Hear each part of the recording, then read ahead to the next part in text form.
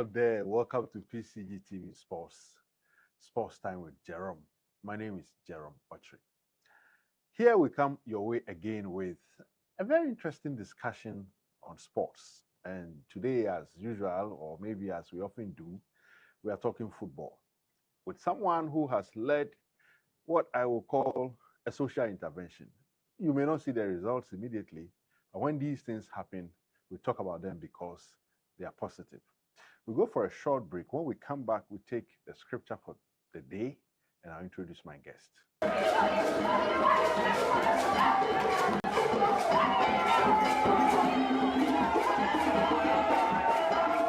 Welcome back. So, as I was telling you, we are talking community football today. But before we go into all of that, the scripture for today is from Psalm 119, verses 105, one of my favorites. It says, "Your word is a lamp to guide my feet and a light for my path."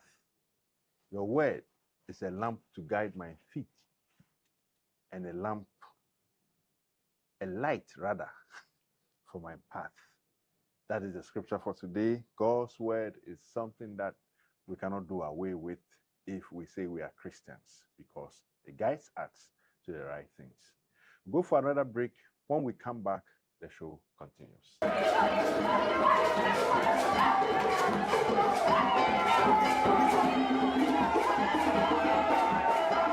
So, welcome back. As I was telling you, we are talking community football. Community football because there's someone in my studio who has led what I consider a very positive exercise within his home region. And this person is someone we know because he's been with us before. He's always on air talking about sports. I'm talking about the Joy Sports editor, Fentio Tahiru. Fent. Yes, sir. Thanks for joining me. Thank you. Always a honoring our pleasure. invitation. Always a pleasure. So, I know you are from Tumu, Yes. and maybe if not for you, I would say it's a town I had never heard until you started, making it known that that's where you come from. And you've been given a name, Tumu Jon Snow. Tumu Jon Snow. Yeah. A very, anytime I see people tag you in posts like that, with that name, Yeah. I like your responses to it. Proud of your hometown, right? Very, very. What would you say accounts for that pride? That's a very interesting question. We are in an era where the era of social media, where too many people are very fascinated with this fake lifestyle, where being fancy is considered to be vogue, where being a city boy, a city girl, traveling the world is considered to be what is attractive or what is valuable. But for the longest time, I've always been one of those people that has been very in touch with my roots. And you've known me a very long time, and you've always known that I've not hidden from my very humble beginnings. How I went to basic school. And if you look at my whole background, there is no reason why I should be here if it wasn't for God's grace. And I thought after, I think I made that decision about 10 years ago when I got into the media that if there's one thing that I was always going to try and put on the map once I got farther and farther in this job would be my hometown. And I think that consciously I have made that decision, and I have consciously on social media, on air, promoted where I've come from. And I think that even also dates all the way back to school. When I was at University of Ghana, when I came there, I was, I don't want to call it discrimination, but it was more or less like, every time you mentioned where you were from, you had to go into details to explain. It's like, where are you from? I'm from Tumu. Where is it? It's in the Upper West region, which side? Oh, we are close to Burkina Faso. There was never a one-off answer for I'm from Tumu and then you move on. Yeah. You always had to add some more information. And that stems from the fact that people didn't know what it was. So you took it upon yourself to make sure that wherever you go or wherever you find Yes, yourself, that element of Tumu will be known and seen. exactly. So that Tumu comes with me. Yeah, I like that. And something interesting you said. People want to show off the fact that, oh, they are from this place, that place, they are Yeah. city guys and all that, but not about their proper origin. Exactly. Like Because all that of is us. not considered to be nice. It's like, somebody, where are you from? I'm from Do you- Accra. I'm do you from think- Kumasi. Do you think it comes from some feeling of inadequacy or Absolutely. okay? It's an inferiority complex. I like that. It is a complex, and it exists, because I think we come from a generation, and that's why I absolutely hated my teenage years, because teenagers are brutal. Hmm. Teenagers, like a lot of the inadequacies that we feel, they are from our teenage years. Jerome, think back to your teenage years growing up. Like you go to secondary school, even in secondary school, which I went to in Tumu, I see. there would be people that you would mention, maybe the village you are from, and even there they would call you a villager. But everybody comes from a village. Exactly. And that term villager, look, as an adult, you would never call someone a villager. Yeah. But teenagers call people villagers all the Yeah, time. we were teasing ourselves with it. Exactly. So And so because of that, Mhm. we always started to run away from where we're actually from. We lied in order not to be called villagers. Yeah. But, I got to a point where I had enough confidence in myself to say, I do sports now. I travel all around the country. I travel outside of the country. It's important for people to know where I'm from. And my town must come with me. That I must not, because I have the option to have said that I'm a Kumasi boy. You know this, Yeah. because Yeah. I mean, that's where I got to know you. that's from. where you got Yeah. to know me, and that's where I have been in. Like, I was 17 when I moved in Kumasi, Yeah. and I spent the next 17 years in Kumasi. Mm. You understand? Mm. So I could have said I'm a Kumasi guy. And nobody would have. Nobody would doubted it. argue, Yeah, because I have family in Kumasi, I have friends in Kumasi, and from 17, I literally grew up in Kumasi. When I was attending Legon, I was in Kumasi. I could have identified with the Sianos because we came home together, we went back to school together. I could have done that, Okay. but I thought, you know what? I'm from Tumu. Nobody knows Tumu. If I sit on television, if I sit on radio and I say I'm from Tumu, and if I have to explain to people where I'm from, it is an opportunity for me to enlighten people about my hometown. Okay. Because so another kid doesn't go through that. So for me, that's where I grew really comfortable with the idea of attaching my hometown to myself, to my brand. Okay. I like that. But then I'm going to come to what the reception has been after all that has happened in the last week or so. But tell me, so this is the background, but then how did the whole conception of Tumu community football come about? Good question. This year is my 10th year in the industry. Wow. Yes, full time. So I went full time in 2015. Mhm. Before that, you knew me. I was doing internships at Capital, Ultimate, and what have you. Yeah. And I was know you from Ultimate. exactly, and I was a teacher at the Oh, I time. see. Remember? Yeah, I Yeah, I know was that. combining. I was Okay. teaching at King's College, Oh, okay. very Yeah. popular school in Yeah, Kumasi. yeah. And I was combining with Ultimate Yeah. until 2015 when the rebranding happened. Yeah. Bolare and his team came in, and then they offered me a contract. And then in January 2015, and they said, we want you to stop teaching and do media full time. So that was when I went into media full time. So 2025, it's my 10th year 10 years. in the industry. So I did 2 years full time at Ultimate. Then 2017, I came to City. I did 5 years there. Then I went to Joy in 2022. And 2.5 years since. Yeah, fantastic experience. I mean, we'll go into that. But yeah. It's crazy journey. Yeah, I know. But 10 years, Jerome, I was I have this podcast that I do. Yeah. with the guys, namely Sicho and Coco, Malam Go Yeah, I remember. podcast. I know of it. Yeah. Exactly. And we're having a conversation one day, and Tumu came up, and we just, as it is the case, because if you have a conversation with me for 5, 10 minutes, Tumu will come up somewhere. So, and it's just like, you know what, you haven't taken us to Tumu before. I'm like, that's true. I've been making noise about Tumu, but you don't know that. You do know about Tumu now, but you don't know Tumu, like you haven't been there, you don't know the people, the culture. It's like, it'd be nice for me to do something there. It would be a good opportunity to open it up to people. I thought, okay, 10 years in the industry, I'm beginning to think about legacy. Right? I've been mentioning Tumu a lot, Jerome, on TV, on radio. But what have I done for the Tumu people? About what I've said about them. Beyond talking about them. Exactly. Radio, What have I done? I thought, okay, we are very proud farmers. We produce the most maize in this country. I see. In fact, even in West Africa, the best maize comes from Sisala. Yeah. You understand? The former Agric Minister Brian Champon spoke about it. He said Sisala maize is the best. We wasn't overstating it. It's a fact. It's a fact. We produce the most maize, the most amazing maize.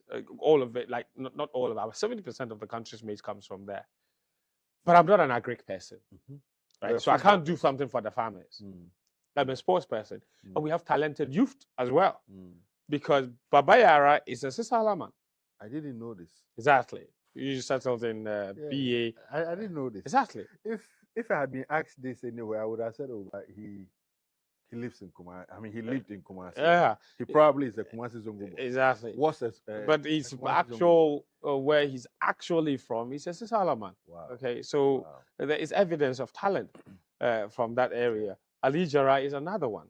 That is also traditionally a Sisala man. I see. You know, so we've had, you know, the sprinter, the national Haliti, the girl, the fair girl. She's also from there. She's also from there. Look, Tumu now I know has, you know, some knack for creating decent sporting personalities.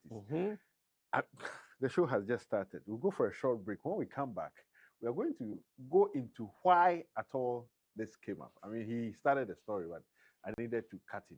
We'll go for a break and come back.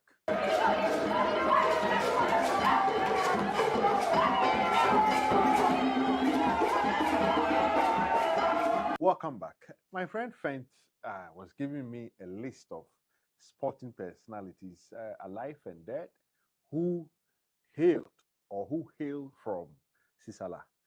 And that came about because I asked what exactly started the whole Tumu football community. I think you can continue now. Exactly. So I was telling you about some of the sporting icons that are from that area, but clearly they were not identified from there.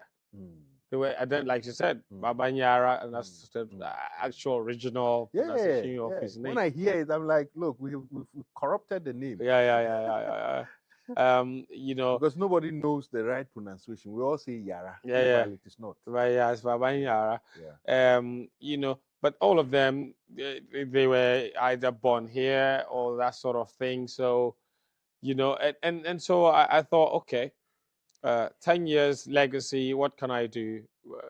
Football tournament seems like a good idea.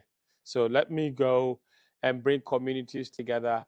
Let's have a football tournament that brings all the villages. And that's the thing about where I come from. The Tumu community itself is not even big, right? But there are neighboring villages that come together to make the Sisala community. Now, originally, the name of the competition I envisaged was Sisala Community Cup. But for corporate sponsorship's sake, when you attach a tribal name to a brand, to a competition, anything like that, brands don't like to get involved when there is a tribal connotation to it. So I had to be smart about it and drop the Sisala and replace it with Tumu Community Cup. Which is a town. So, but it involved bringing communities in the Sisala East District together. And when I say communities, these are not neighborhoods. It's not like when you come to Accra and you go to Ashamine. No. These are actual towns, villages that had to go through like several hours of transportation to get to Tumu for this Really? competition. Yes. Oh, I see. So, I mean, I started to social media didn't paint that picture. Social media painted a exactly picture like of, everybody was at one I mean, place. people Yeah, close to themselves and then exactly. So organizing the I'll tell camera you. around. Okay. So I was so once I did that, I thought it was a fantastic idea. So I spoke to people, some old classmates of mine who live and work in Tumu. I was like, this is the idea that I have, and I want to do. It's like fantastic idea. So let's begin. We form a local committee because I'm not there. Somebody needs to lead that project. We need someone to take care of logistics, someone to do to engage the different communities, somebody to take care of like even forming the teams. Exactly, even forming a team. So we form a team of like 9 people. Somebody to be in charge of transportation, somebody to be in charge of all kinds of things, media, publicity, that stuff. So we did that, and it was supposed to happen in April. In fact, it was supposed to happen April 9 this year. Yeah, this year. And guess what? The day I first came here for my first appearance on Pcgtv. Exactly, was the day we formed the committee. Oh, so while I was sitting here, WhatsApp group was created on that day. Oh, okay. So if I show you the WhatsApp group creation date, it will coincide with the day I was here. Get it. Okay. So you see, it's amazing it's how God works. So we did that. It was supposed to happen in April, and we were planning and everything. And then I got an email that I was supposed to come to for a Bundesliga trip to Germany to come and watch Bayern Munich and Borussia Dortmund. Which you went. Which I went. So I had to postpone it. Oh. But even after I conceived the whole idea, we now I recruited a friend of mine, Felix Romak. I said, let's sit down and put a budget together. My brother, we sat down and put a budget together for this whole competition, and it was running into 300,000. Wow. And to his credit, I mean, before you continue, to his credit, Felix has been involved in Milo. Thank you. So he has a good idea about community competition. Thank you. So it was very helpful that I got him involved. That was so we looked at the figures and I said, my brother, we can't do this. 300,000 because 300,000, like away. Like where would we? I mean, it's too much money. 3 billion. Yeah. And a lot of the budget, went into like transportation. Yeah, because renting car. It's far. Yeah, it's far. How many hours is it from Accra? Oh God. Assuming you are driving direct. If you're driving direct, you should be looking at roughly 18. If you are using a bus, you should be looking at 21. 18 hours. So here's the thing. You have to go from here. You have to go from Accra to the road is this. You go from Accra to Kumasi. Okay. Now it's about 6 hours. Yeah. So the road is not good. Yes. Now you do Kumasi to Wa. That should take you about 15 hours. Yeah. The road is not good. Okay, because typically Kumasi to Wa should be about 9 hours. Yeah. Now, like, what quantum car? Let's say 12 hours. I think the road is deteriorating. I mean, it has deteriorated. Yeah, I've been to Wa badly. Like Bole to Wa, it's so bad. Kumasi to Wa, I'm not sure we did more than 7 hours. Yes. This is like 10 years ago. Typically, that's the point. Yeah. But now people are doing 10, 11 hours. Wow. You add it to the 5 or 6 hours you did from Accra to Kumasi, you are already at like 16 hours. Wa to Tumu is about 2.5 hours or 3 hours, depending on what car you are using. And the travel time, you are saying, can be cut down to maybe 12 or 15 hours? Yes. If the road was good. Okay. So then we even have to opt for travel by air. Fortunately, there's flight straight to Wa. Okay. So we skip everything, but it also costs you more money. Of course. Of course. To get to Wa, and then you take a car to Tumu. So all of that, the communities, the other transportation, like I said, they are in villages. Yeah. You have to give them money to come. To transport their players and come. Yeah. If it's motorbikes, they're using to buy fuel and come. And you're dealing with like 16 teams. I like the breakdown you are giving because you see, if you watch things from the media, and I followed everything you guys were doing, you won't get this impression. Yes. You get an impression of someone traveling back to his hometown and just gathering people, organizing the people around. Yeah. More like, communities within which I lived come together, let's play football. But now you are breaking down. Yeah. All from villages. 16 communities. You go into, and so I needed help. Yeah. So that's where I was getting at with that budget. And in this industry, I've been working with several brands for a long time. So I went to Betway and I said, this is the idea that I have. It would fit well into your CSR project. Come and support me. So they looked at it and said, you know what? We like people who are very enthusiastic about giving back. Ordinarily, we've never gone that far. And they showed me the map, the heat map about where their customers are. It's very thick and deep down here, Accra, Kumasi. Look at to me, it's like spots. So technically, there is no business case for why they should go there. But they went. But they went because of me. They said, we like the passion with which you speak about your hometown. We would like to support you. Then I went to Piva as well, and they said, our factory is here in Accra. How do we send you? It's so far. But then the CEO was like, but I like that you want to give. It's not like you're saying, give us the things to go and drink. You said, give me, let me take it back to my people. So they also supported. So Betway gave me budgetary support. Piva gave me product support and what have you. And then I also topped up with whatever I could. And then we put the whole thing together. Let's come to the day. So, I mean, everything has been done. Yes. I mean, you've hit the right marketing notes. You have some form of sponsorship, and we are grateful to all your sponsors. Yeah. You've done everything. Now on the day, yes, the themes, the apparel. Yes. It's one thing I thought of. I said, how is he hitting all these guys? Yes, and that is why the figure was at that amount. So Jerome, the idea was this. I thought, okay, if we organize a competition and the teams come and play, it brings social cohesion. Yeah. That's great. But at the end of the day, what tangible thing will they have to show for their participation? Especially when they don't win. I mean, especially when they don't win. They don't emerge as champions. Because there's prize money for the winner, second place, third place, but that's it. Yeah. There's 16 teams involved. How do you... So I thought, okay, what about we print jerseys for them? So at the end of the competition, they can take those jerseys home. Interesting. So that was what the idea of the jerseys. So the top 8, that came to... So we did prelims with 16 teams. And then the winners of the prelims, the 8 teams, were the ones that made it to the actual Tumu. And guess what?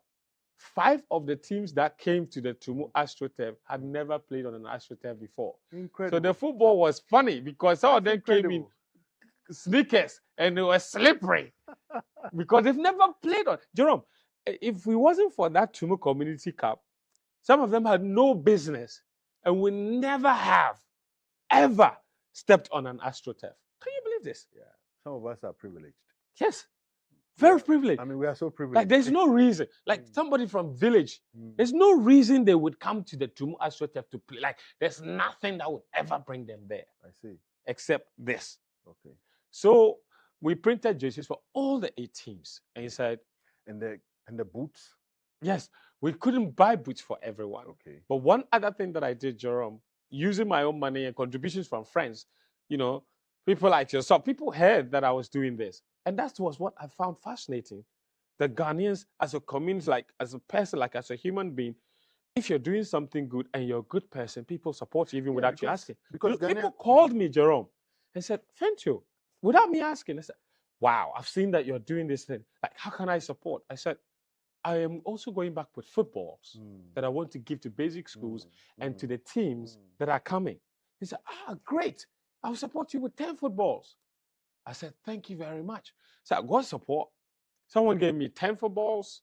Even Osakre gave me 10 footballs. Wow. Prosper gave me 5 footballs. Oh, okay. Alex, football agent, gave me... And all these guys you are mentioning are people in the FA.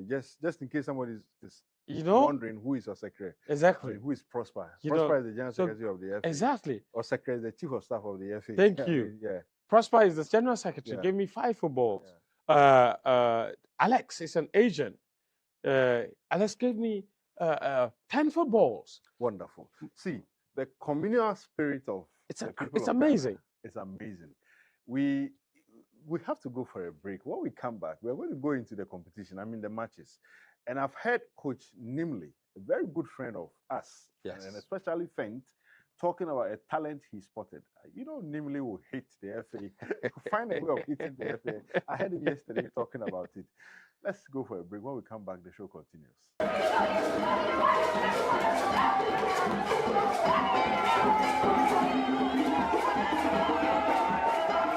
Welcome back. Very interesting conversation here. Look, I feel like I should be on a plane to Wa and then drive to Tumu to see amazing stuff there. But Fent, tell me, so the matches. I saw some of the videos on Twitter, and was there a penalty that looked like Agolu? Yeah, there was a penalty that looked like, if you're a fan of Italy, and in particular Roberto Baggio, forgive me. Yes. But that penalty resembled the penalty taken by Roberto Baggio in the US 94 World Cup It does. against Brazil. He It kicked the ball and they are still looking for the ball. I mean, how exciting were the matches? Oh, the games were fun, my brother. The games were fun. You know, because we allotted 15 minutes per half, so it wasn't enough for a lot of games to be settled in the regulation time. So most of them, actually only 2 games were settled in regulation time. The remaining matches all went into penalties. On penalties. Exactly. And the penalty shooter, you know, it's always dramatic. Yeah, of course. And it was more like a gala competition. It was. Where we play very limited time. Yes. 20 minutes we are done. That's the only way we can finish with all those ones. And it was fun because there was also a lot of really good talent. And there were 2 teams from the Tumu community that represented, because it's the biggest community. So they had provided 2 teams. And those 2 teams met in the semi-finals. Interesting. And they call it the Tumu El Clasico. it was fun. Super classic. Lots of really good talent. Because of Betway's involvement, obviously we didn't have players under 18. We couldn't, because we needed to be strict. Age restriction. Exactly, age restriction. But there were some teenage talents that we spotted. You know, you mentioned Nimley. He said he saw about 4 talents. And when we were there, we got messages from House of Oak, from Kotokor, from they said, Charlie, can you scout some talent? Can you imagine? They said, can you scout? They should send scouts there. They said, please, can you scout a talent for me? Like it was amazing. And Nimley was the one that I tasked to do that job. But I was running around a lot. So he said he spotted like 4 players that he would send down here for trial. On the surface, this is you going back home and helping the community. But deep down, it's an opportunity for talented players to get places in Premier League clubs in the country. It is. And we are currently on that. Nimley had like 4 players. And the season is coming to an end. So when the new season is about to start, it's already penciled them down to come here to various clubs for trials. So we'll see how that goes. But I'm really happy that it went well. So beyond these talents having a likely opportunity of plying their trade in bigger league. The north over there can be so hot. Yeah. And Jerome, you're not gonna believe this. Yeah, before you go on to this, I want to emphasize this. I mean, if you lived in the north, anywhere in the north, a cow is precious. Of course, just in case. Of course. I mean, you don't understand. Culturally, within that context, a cow is massive. Can be anything that you would want to think of. Here, it's massive. It's massive. Like a cow is like the ultimate pride. You know, we give people like sheep, goat. If you say a cow, it means that you've done something the pinnacle of unprecedented, like never happened before. And it's because of the brand image I've given to Mu. Like you said yourself, you called me yesterday, you were very proud, you know, because the image, even there are places here in Accra, Kumasi, that have not had that sort of positive brand image around it. And this competition has done that for the people. The people came in the morning, you know, with motorbikes from all kinds of neighboring villages, and they stayed there from morning to evening. It was almost like it's a blessing that we were there, because usually it can get so hot.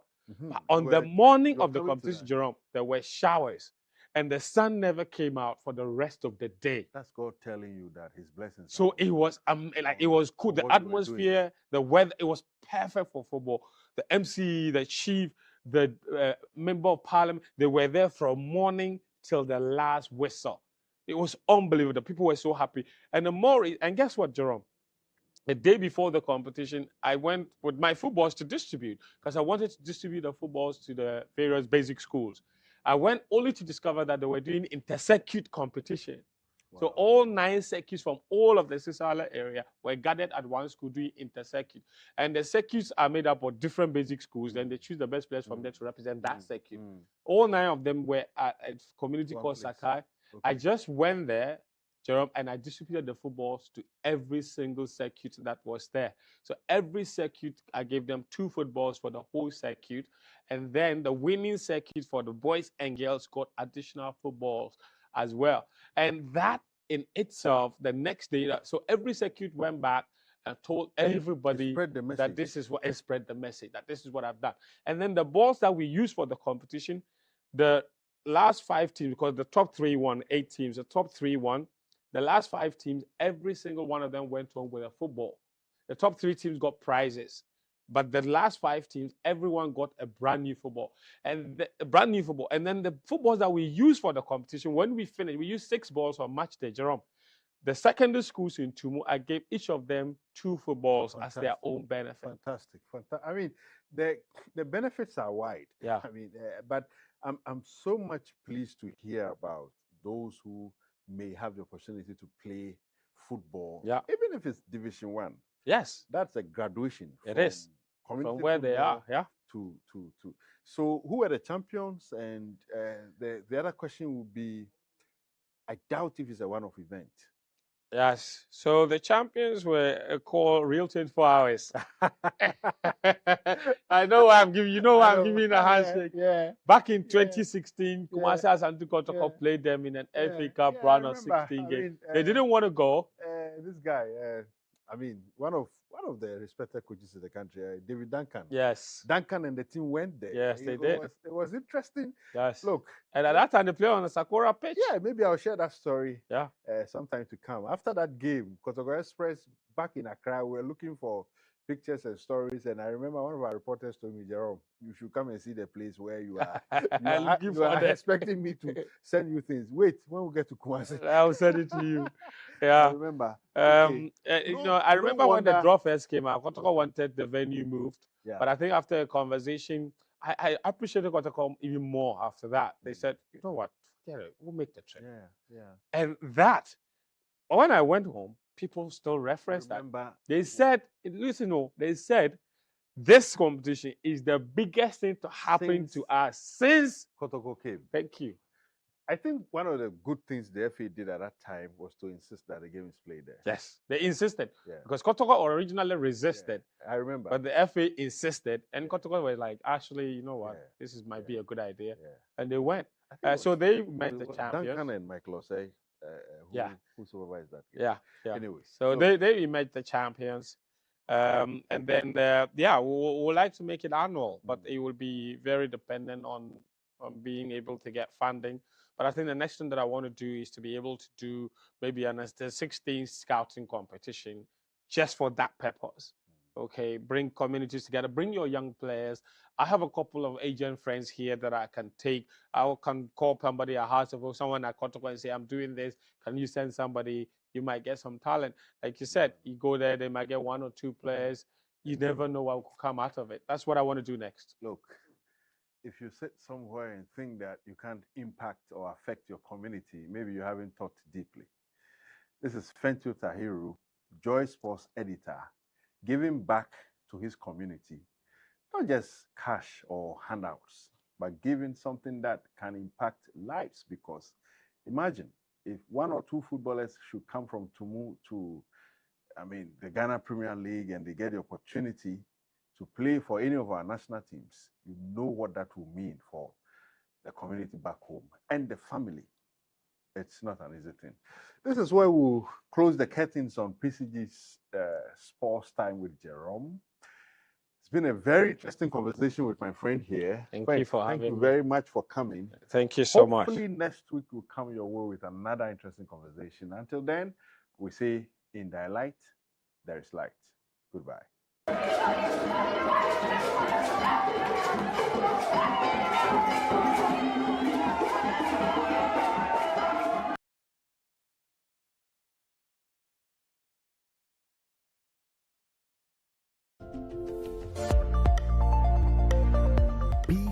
PCGtv.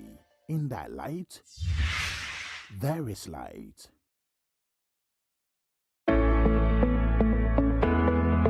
Get ready to embark on a literary journey like never before. Tune in to the Writer's Blog Talk Show, a book review show that airs on Pcgtv. Immerse yourself in a world of literature as we dissect, discuss, and delight in the latest and greatest books across genres. From gripping mysteries to heartwarming tales, we've got your reading list covered. Join us every week as we unravel the pages of captivating novels, explore the minds of brilliant authors, and share insights that will leave you craving your next literary adventure. Whether you're a seasoned bookworm or just diving into the world of stories, the Writer's Blog is the perfect companion for your reading escapades, for children and grown-ups too. Let's make reading a